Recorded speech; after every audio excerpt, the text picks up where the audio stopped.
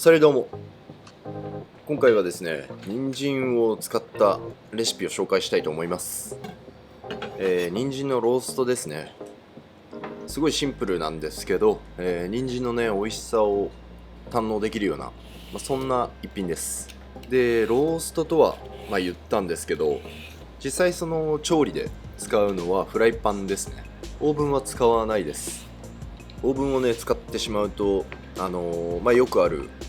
私んちオーブンないわっていうね、そういったやっぱご意見もねきっといただくことになると思うんで、そういった理由から今回はフライパンにします。野菜は、肉や魚と同じようにね、なるべく丸ごと火を入れた方が美味しいので、今回は丸ごとというよりどっちかというと、半分にカットして火を入れるんですけど、それでもねやっぱ細かくカットするよりは圧倒的に味がね全体的にしっかりとしてて美味しく仕上がるはずなんで、そういった観点からもねちょっと紹介していけたらと思います。人参はまず旨味を引き出すための塩を全体になじませてレンジで火を入れていくような流れですね。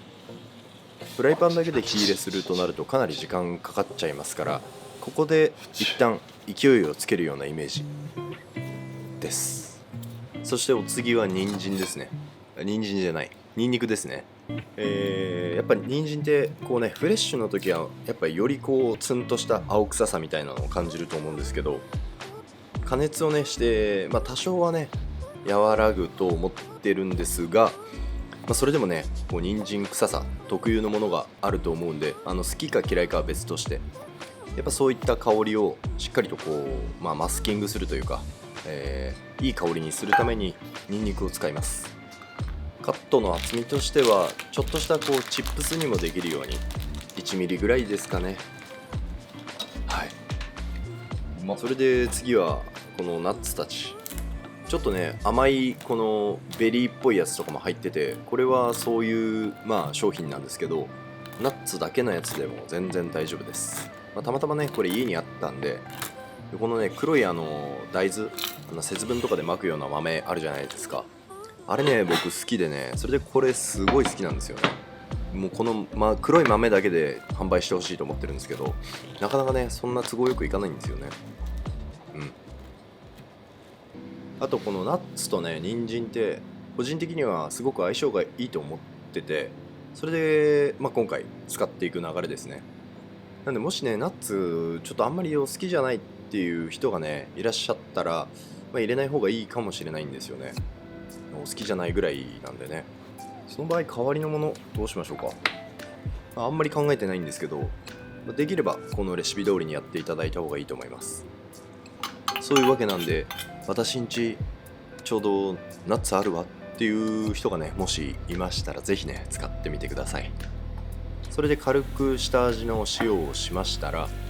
ニンニクですね。まずはニンニクを、香り出ししていきます。このペペロンチーノ作る時みたいな感じでちょっとねチップにしておきます。でこのニンニクですね、ニンニクの香りが全開になった油、この中で人参をこう焼き色つけていって、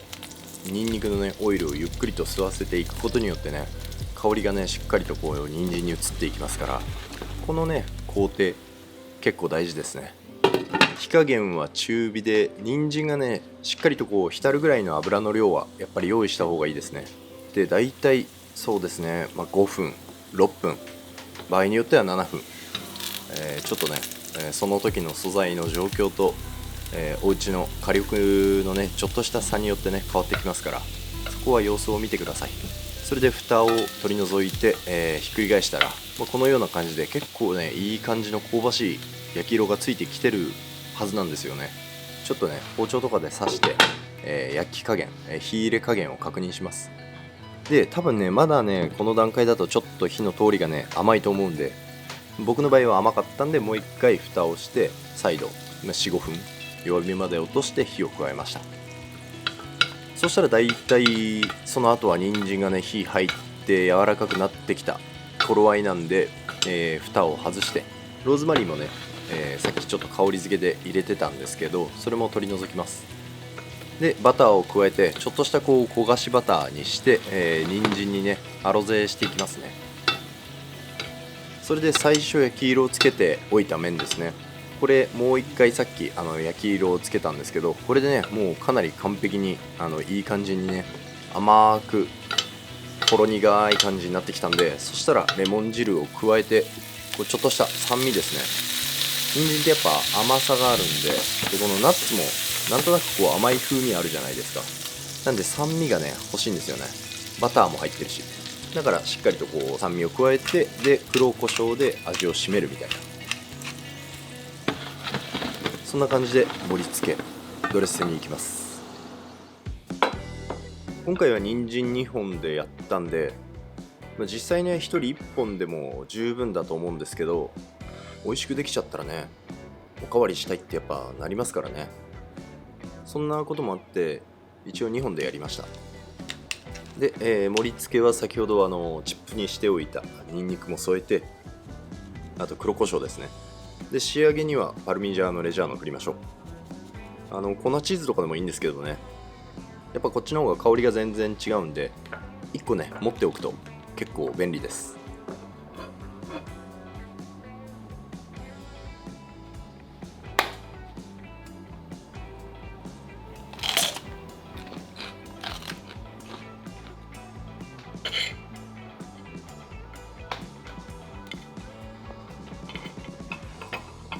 あ、これはうまい。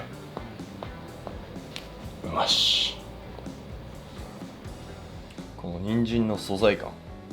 甘みっていうのがしっかりと出てて、それでこうステーキのような感じで焼き色をつけるから香ばしさっていうのも相まって、なんかね普通の人参って感じしないですね。何にしてもうまい。ニンニクオイルの風味もね人参の中に染み込んでて、ニンニクのチップスもまたねめちゃめちゃいいアクセントになってますね。これ無限に人参食える。レモンの爽やかさとナッティーなアクセントとチーズ、バランスが何にしてもいいですね。うまい。というわけでフライパンを使った人参のローストでした。よかったらぜひ参考にしてみてください。人参嫌いが人参好きになるかもしれないんでね。というわけで次回の動画でお会いしましょう。アビアント。